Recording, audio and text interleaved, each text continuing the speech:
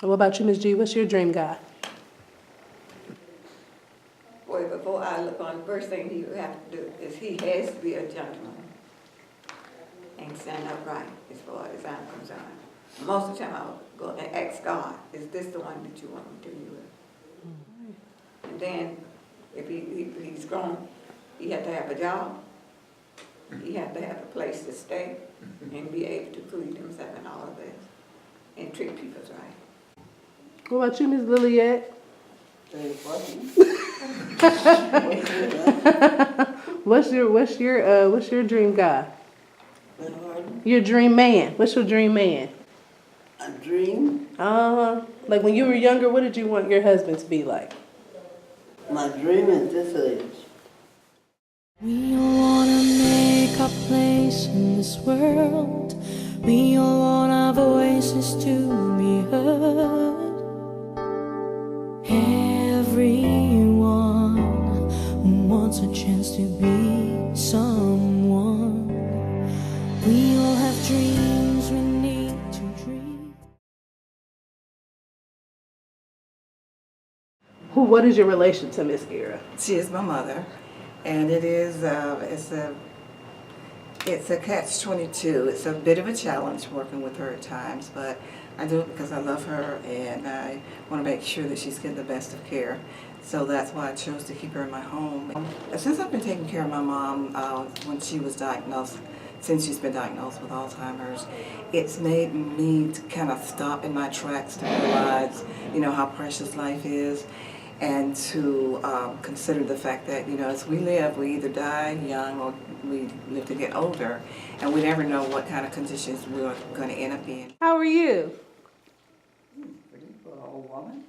Oh. Okay. How was your morning so far? Huh? How was your morning so far? My mother. No, your morning. Oh, my money. No, your morning. Money. Yeah.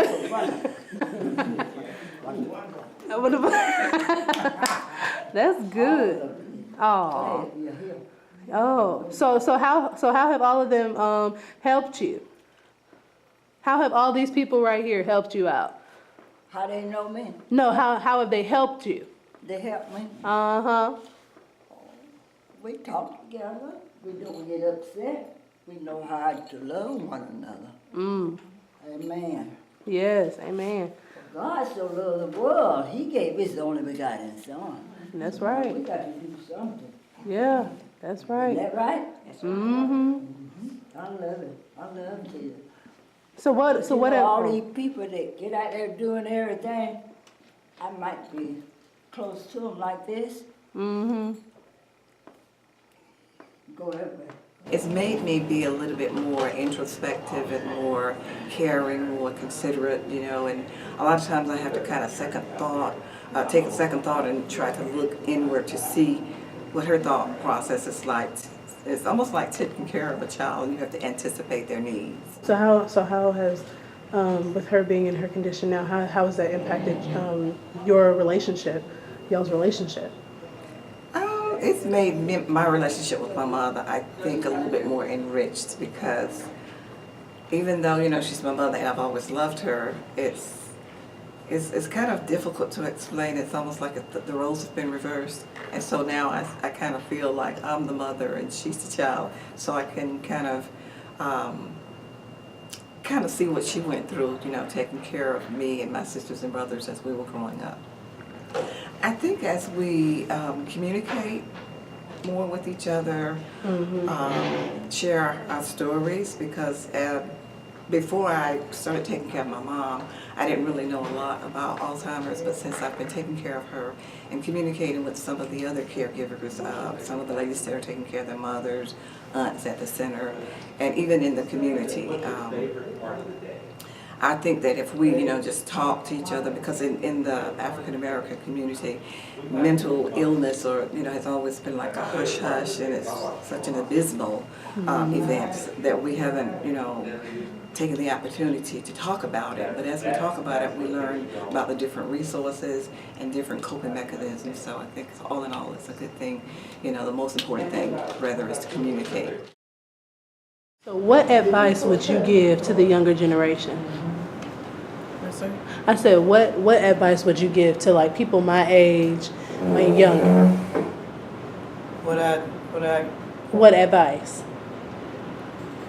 mean, the food or what you talking No, just any life advice, you know, as far as trying to be on the right path. What advice would you give? As for based on your experiences back in your day, you know, what would you recommend to people as far as, you know, what they could do to better their life? what they can do? Take care of yourself. Take care of myself how? Like when you're working and everything, take care of yourself. Don't do too much. Do too much in what? Don't do too much wherever you be at. Don't do too much work there. Okay. You know, Yeah. and do a little and then let the other go. Yeah. Because I want to be a good little wise woman like you. So what would you recommend? What would you recommend me to do? Well, I recommend to you to do what you're able to do, and that what you ain't able to do, don't do it.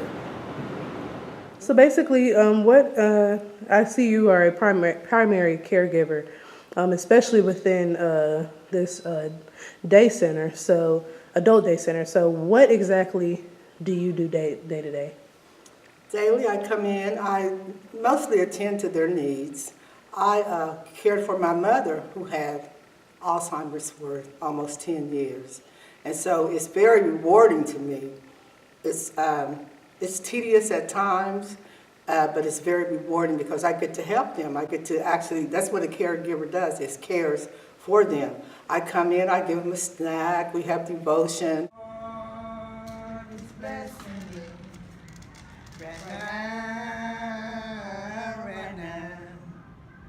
He woke me up this morning, closed in my right mind.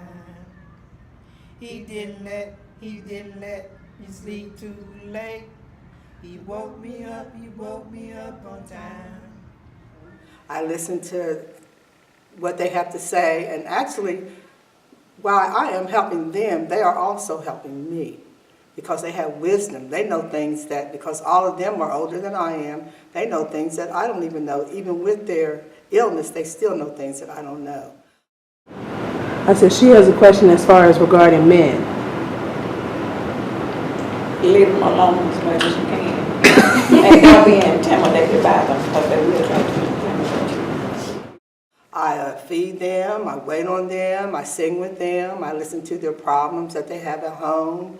I just try to make their day better. I try to get them to engage in things that they would normally do if they were sitting at home, you know, by themselves, or just sitting there at home watching the television. So how do you feel that we, as a village, could do better in order to help people who suffer from Alzheimer's and people who are just beginning?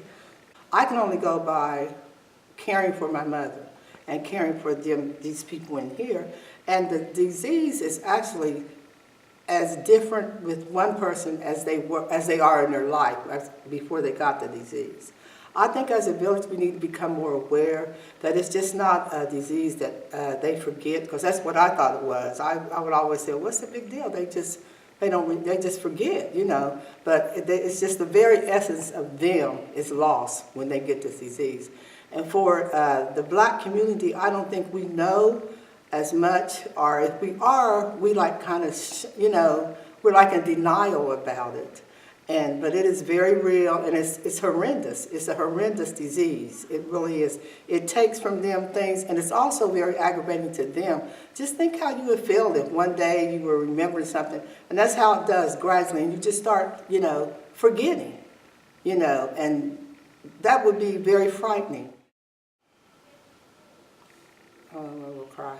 But it takes me back to when I cared for my mother. But it's also, I'm doing this in memory of my mother, because that's what she had. And if my mother was here and someone besides me took care of her, I would want them to have someone like me and my sister to care for them, because we care for them like they are our own. And that's how you have to do, because they can't do all for themselves. But they have been in the community. We have preachers, we have teachers, we have a nurse. They have not always been like they are, and you never know when someone's going to have to take care of you. A long time ago, I met Linda. She came just to ask us some question about since she has a senior citizens there, and they're sick, or what kind of food we can give it to them. And I told her just we can play around and come up just with less spicier food for sicker senior citizens. And then she agreed, and she came back and asked me. So we start doing that. My thing just when I cook my food, I would like to spice it just on a very good like exotic spicing, Right. all that kind of thing. But for them that is different. So I start keeping on the side something that is not spicy when they ask for chicken and pasta. And that is how we've been working together. Okay, and how long have you been doing that with them? About 7 months. About 7 months. About 7 months. Has it been a good relationship? Very good relationship, and they're friendly, and we just as soon as they call, just we make it happen for them. If we have to, we deliver it to them. Right. Just it's not too far from the next door. We of course we're here to make money. Beyond that, there are times just you go out of your way to help some people, just Right. while you can. Right. And so these senior citizens, I think I have a father, I have a mother, older. Yes. And so I feel somebody's helping them too. Right. So I need to help somebody here just who not able to cook and eat and sicker. Right. So I feel it's my responsibility to just to do my part. How does working with them play into your faith as a Muslim? I see human being in front of me. The religion is not a factor to me. The religion is mine. Yours is yours. Still, we should be able to work together. We should be communicating. We should be doing what we're supposed to do as a human being, as people. Yes. So you're Christian, he is Muslim. That doesn't play any role in our business area. Right. But as a human being, we come together and help. You go home and just practice your religion. I go home and do the same thing. But besides that, it doesn't have any factor. And I believe all religions come together and just help and support each other. Right. And just avoid the politics and just division. Right. As a human being, we should come together and excuse me. No problem. I got a little cold. So as a human being, we're supposed to be human, not Right. religious. Religion is mine, Right. and religion is yours. Right. Besides that, as a brother, as a sister, as a family, as a human being, we should come together and just do things.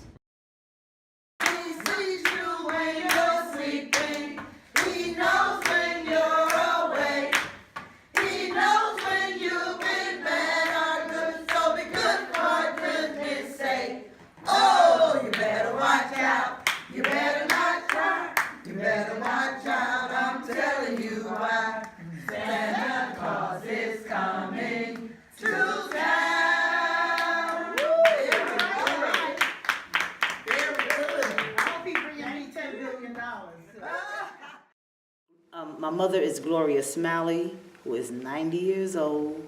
I brought her down here from New York. It's been 2 years ago, and I'm her caregiver, and she is my mother. Okay. Okay. So, what is it like, caring for Miss Gloria? Well, it has its challenges, but it's a blessing because I'm able to help her. Or how has she impacted you throughout her life? Or throughout your life? Out of my life. Yeah. Well, first of all, giving honor to God, she has birthed me, and she was always a worker. She worked very hard, very diligent all her life, and she took care of myself and my 4 brothers being a single mom. Well, yeah, single mom, and she took care of all of us, and everybody raised up and good. So I'm here to help her. Okay. So how, with her being in her condition, how has that impacted you and her relationship? Well, impact. Has it made it better? Is it the same, or is it, have you like gotten closer to her, or? Yeah, because And just be honest, Yeah, I'm gonna be. It has impacted my life as far as caring for her and closeness, where is because we're so one-on-one now, so I'm able to really whatever because we all out when before all this came upon her. She was always at a community center. She used to volunteer. She taught at Head Start. She was a volunteer at Head Start in New York. She was in the public schools, and this was like she was 80 years old and stuff. She was going to the schools and helping children to read and doing Head Start before that, and so really all that's really ceased about 5 years ago. Before 5 years ago, when she was not able to go out into the community and help. Or what has Miss Gloria taught you? Patience, because this is a faith walk, a patient walk. Because some things that come up, I'm just like, oh my God, how do I handle this? But I am so blessed that that even my patient walk is better. It's just like when you just see stuff just happening and you're shocked. I'm like, oh really? Oh my God, you know what I'm saying? So yeah, patience is one of my biggest things. This little light of mine, I'm gonna let it shine. Oh, this little light of mine, I'm gonna let it shine. This little light of mine, I'm gonna let it shine, let it shine, let it shine, let it shine. Everywhere I go, I'm gonna let it shine. Oh, everywhere I go, I'm gonna let it shine. Everywhere I go, I'm gonna let it shine. Let it shine, let it shine, let it shine. My little light of mine, I'm gonna let it shine. Oh, this little light of mine, I'm gonna let it shine. Yeah, this little light of mine, I'm gonna let it shine. Let it shine, let it shine, let it shine.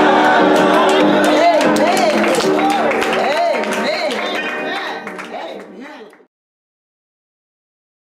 So how do you feel that the village, which is the community, could help embrace people who suffer from Alzheimer's?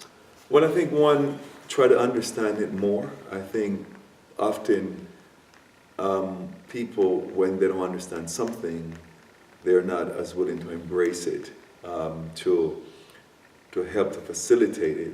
And I think education is always a good thing. It brings an awareness to a issue. I think in the last, few months that Adult Day has been here, I've had a great understanding of Alzheimer's. I think that if we all take the time to understand the people who have Alzheimer's and realize that there's some real needs there. So if we understand something or understand someone, we're better able to help them or to facilitate their needs. So I think understanding is a good part of that whole process. Once we understand, We know that we have to be more patient, we have to be more accepting, we have to be more loving, we have to be more helpful, and just realize that sometimes that's a disease in a sense, you know, even though that rob people from their humanity and from their cognizant skills. So if we can help them to realize that they have value, they have worth, whether it's Marta being more patient when they transport, we here being more patient when we see them to help to facilitate a need, the workers, you know, the restaurants, whatever. If we have understanding of people and their issues, we're better able to help them in a greater way. Well, I think it's somewhat difficult to say what I would recommend. I think my thing is if people care for people and have a level of humanity, if they would take the time more to be in location, you know, to help persons with Alzheimer's, to be more, to avail themselves, to listen, to take a minute and talk, to encourage, to share a smile, to share a helping hand if there's a need, you know, or even ask, you know, can I help, you know, to always recognize that that is a person. They may have Alzheimer's, they may have dementia, but they have worth and value. So just take the time and give some grace. Pastor gave me some money. Oh, he did? Uh-huh. Oh, how much he gave you? Oh, he gave me $40. Really? Uh-huh. Oh, shoot. You saved that $40? Mm-hmm. I still got some. Oh, that's good. Sure. Daddy, you are something else. Daddy said, give him some money. I know what you're talking about, Daddy. I ain't got no money today, you know. I done put it all in there, here. But I probably have some tomorrow. You gonna bring me a piece? I'm bringing some. $40 okay? $40 fine. All right, I will. He wants Miss Annie to sing. Time I get there, they want me to sing. Cause they say I got a beautiful voice, and the other one they don't know what they're singing about. Mama, did you cook? I said, cook what? I said, honey, you old. You real old. I said, why you ain't cook? Cooking today. I said, y'all won't get nothing out today, cause I ain't cooking. Sure ain't. What is it like working with seniors who suffer from Alzheimer's? Well, sometimes day to day it can change. Their attitudes can change. You know, like one day they may be down or standoffish, and then maybe the next day they could be very active, very social. You know, it's just a day-to-day thing. It changes from day to day. Well, I've actually been working with them here for about 4 months now. I've been here, and that was my first experience working with seniors with Alzheimer's. Mm-hmm. And it's been a very fun experience, you know, because I have my grandmother is still alive. My paternal grandmother is still alive, and she doesn't have Alzheimer's. So it's good to see seniors in a different, you know, this different aspect, you know, those that suffering with memory loss and compared to those that don't. It's fun and good learning experience. And so how does music therapy help? Well, okay, what I noticed with that from the time that I started up until now, we've been doing that music therapy, like with the devotions and the sing-alongs every day. And I've noticed with that a lot of them are more energetic. You know, a lot of them were very quiet when they first came here. But once they get going, like with the music, and they start singing, they just light up. You know. And too, because a lot of times we sing songs that they learned in their earlier years, that they're familiar with. So when we sing those type of songs, you know, I guess it triggers something maybe in their past, positive moments. A lot of people, young people especially, try to just throw them away, but they're very important too to the community, regardless of whether now they can remember most of the things that they have done or that has happened in their lives.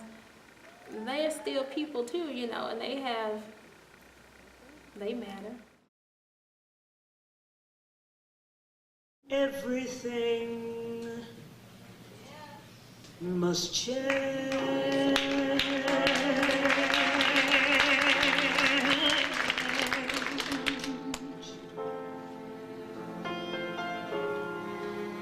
Nothing stays the same.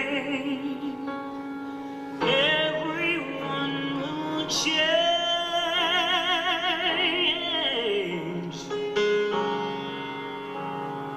No one stays the same.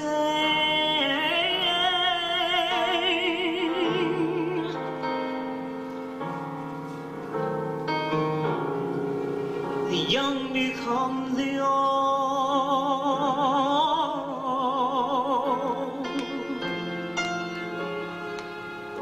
and mysteries do unfold.